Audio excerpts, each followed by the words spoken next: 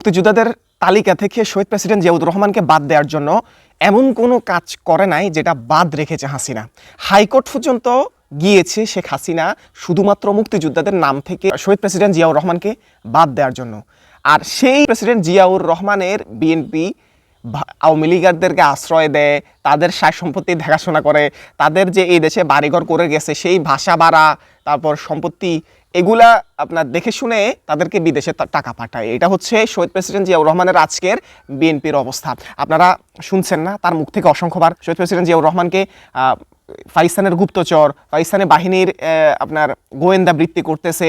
মানে শহীদ প্রেসিডেন্ট জিয়াউর রহমানকে স্বীকারই করতেছে না যে সে মুক্তিযোদ্ধা, এটা স্বীকারই করতেছে না। এবং কি আপনাদের জানা থাকার কথা, এই যে মুক্তিযোদ্ধারা যে 20,000 টাকা পর্যন্ত ভাতা পায়, সে 20,000 টাকা কেন তাদেরকে ভাতা দেওয়া হয়েছে এর কারণ কি জানেন?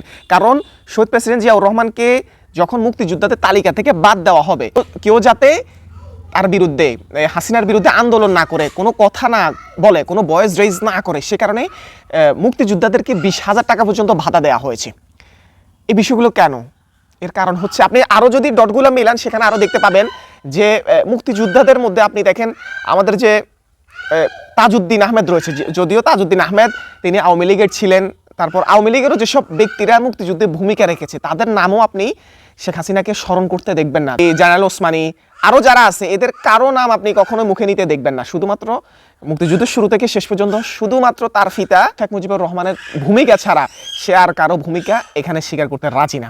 শুধুমাত্র তার পিতাই এই দেশটাকে স্বাধীন করেছে। তার দলে যে তাজউদ্দিন আহমেদ ছিল, আরও যে অন্যান্য নেতারা ছিল, তাদের কারো কোনো ভূমিকা নেই, শুধু ভূমিকা হচ্ছে তার পিতার। মুক্তিযোদ্ধাটাকে একটা ব্যবসা বানায় ফেলছিল। এই মুক্তিযোদ্ধার চেতনা দিয়ে, মুক্তিযোদ্ধা দিয়ে তার বিরোধী পার্টি যতজন ছিল, বিরোধী মতের যতজন ছিল, তাদের সবাইকে সে দমিয়ে রাখতে চেয়েছে।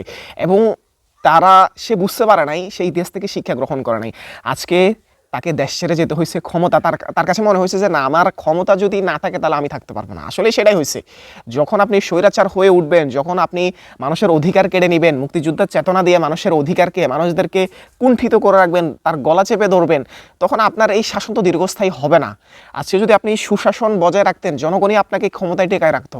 কিন্তু সেই সুশাসনকে আপনি যখন গলা টিপে হত্যা করছেন, বিরোধী মতের, বিরোধী পথের কাউকে আপনি যখন সহ্য করতে পারেন নাই, সবাইকে গুম খুন করে আয়নাগর বানিয়ে, ভারতের কথা শুনে জামাতের নেতাদেরকে ফাঁসি দিয়ে এই যে একটা ত্রাসের রাজত্ব কায়েম করেছিলেন, আজকে সেই ত্রাসের রাজত্ব কোথায়?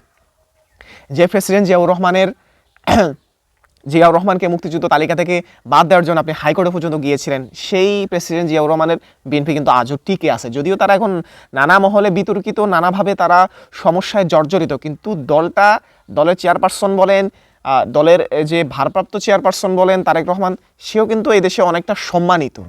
হ্যাঁ, তার যে একটা মানুষের মধ্যে জনপ্রিয়তা, সেটা কিন্তু আছে। কিন্তু আপনার অবস্থা দেখেন, আপনার দল কোথায় গেল, আপনি কোথায় গেলেন, আপনার মুক্তিযোদ্ধা কোথায় গেল? এখন মুক্তিযোদ্ধা কেউ শুনলে তারাই মানুষ পিটাইতে মন চায়, পিটায়। মানে কেউ যদি মুক্তিযুদ্ধের চেতনা নামে কোনো কিছু করতে চায়, ওটা বলে যে আপনি রাখেন ওই ইতিহাস বাদ দেন। কারণ আপনি মুক্তিযুদ্ধটাকে এমনভাবে কলুষিত করেছেন, যেটা আপনার ক্ষমতার জন্য, আপনার ফ্যাসিবাদী স্বৈরাচারী ব্যবস্থা টিকে রাখার জন্য যেগুলো করেছেন, এই কারণে এখন মুক্তিযুদ্ধা কেউ বললে তারে মানুষ জুতা দিয়ে পিটাইতে মন চায়, এরকম অবস্থা। সুতরাং ইতিহাস থেকে শিক্ষা গ্রহণ করে নাই, যার কারণে তার এই অবস্থা। আপনি মানুষকে জিম্মি করে, গলা চেপে ধরে, মুখ চেপে ধরে কোনোদিন কেউ পৃথিবীর ইতিহাসে স্থায়ী হতে পারে নাই, পারবেও না। সুতরাং এই বিষয়গুলো আমাদের আগামীর যে সরকার আসবে, আগামীর যারা দলের নেতা হবে, আগামীর যারা প্রধানমন্ত্রী হবে কিংবা রাষ্ট্রনায়ক হবে, সে যাতে এই বিষয়গুলো মনে রাখে, শেখ হাসিনার ইতিহাস থেকে যেন শিক্ষা গ্রহণ করে। বিএনপিকে আমি বলবো, আপনাদের এই যে কার্যক্রম, এই কার্যক্রমগুলা বিতর্কিত, যেগুলো আমরা আওয়ামী লীগারদের মধ্যে দেখতাম, আওয়ামী লীগাররা মানুষদেরকে অতিষ্ঠ করে ফেলছিল, সে একই কাজটা যদি আপনারা করেন তাহলে আপনারা ইতিহাসের আস্থা করে নিক্ষেপ হবেন। এই বিষয়টা আপনারা কেন শিক্ষা গ্রহণ করছেন না? কেন আপনাদের এই যে শহীদ প্রেসিডেন্ট জিয়াউর রহমান নিজের জীবন দিয়ে গেলেন এই দেশটাকে বাঁচানোর জন্য, রক্ষা করার জন্য, সেই আপনারা তার উত্তরসূরি হয়ে আপনারা যেগুলো করছেন, এটা তার সাথে যায় না। সে এই বাংলাদেশ এইভাবে আপনারা পরিচালনা করেন, এটা তার স্বপ্ন ছিল না। পৃথিবীর দরবারে সে চাইছিল বাংলাদেশটাকে অনেক উঁচু জায়গায় নিয়ে যাইতে, এবং কি তিনি এটা সক্ষমও হয়েছিলেন। সে কারণেই তাকে কিন্তু খুনের শিকার হইতে হয়েছে। ভারতীয় গোয়েন্দা সংস্থার ইন্ডিয়ানরা এই শহীদ প্রেসিডেন্ট জিয়াউর রহমানের অগ্রগতি, এই দেশের অগ্রগতি থামিয়ে দেওয়ার জন্য শহীদ প্রেসিডেন্ট জিয়াউর রহমানকে হত্যা করেছিলেন। আমরা এই অবদানগুলো অস্বীকার করতে পারবো না। বিএনপির অনেক বিতর্কিত কর্মকাণ্ডের কারণে আমরা কথা বলি, তাদের সমালোচনা করি, তাদেরকে চোখে আঙুল দিয়ে দেখাই দিই, বাট যার যেটা ভূমিকা, শহীদ প্রেসিডেন্ট জিয়াউর রহমানের যে ভূমিকা, এটা আমাদেরকে বলতে হবে। শহীদ প্রেসিডেন্ট জিয়াউর রহমান এইভাবে এই চাঁদাবাজির রাজনীতি তিনি করেন নাই, টাকা পাচার করার জন্য তিনি রাজনীতি করেন নাই। তিনি অত্যন্ত জনপ্রিয় ছিলেন, গণমানুষের নেতা ছিলেন।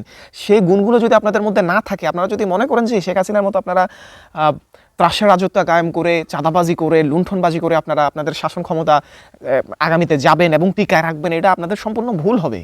যাই হোক, এখন যে বিষয়টা, সে বিষয়টা হচ্ছে যে শেখ হাসিনা আপনার শহীদ প্রেসিডেন্ট জিয়াউর রহমানের নাম মুক্তিযোদ্ধা তালিকা থেকে বাদ দেওয়ার জন্য মুক্তিযোদ্ধাদের ভাতা 20,000 টাকা করেছিল, নাইলে এত টাকা ভাতা দেওয়ার কোনো প্রশ্নই ছিল না। যেটা এই যে মাহমুদুল হাসান সাহেব, কুষ্টিয়ার একজন বীর মুক্তিযোদ্ধা কমান্ডার, সেই এলাকার, সেই অঞ্চলের, তিনি এটা ফাঁস করে দিয়েছেন।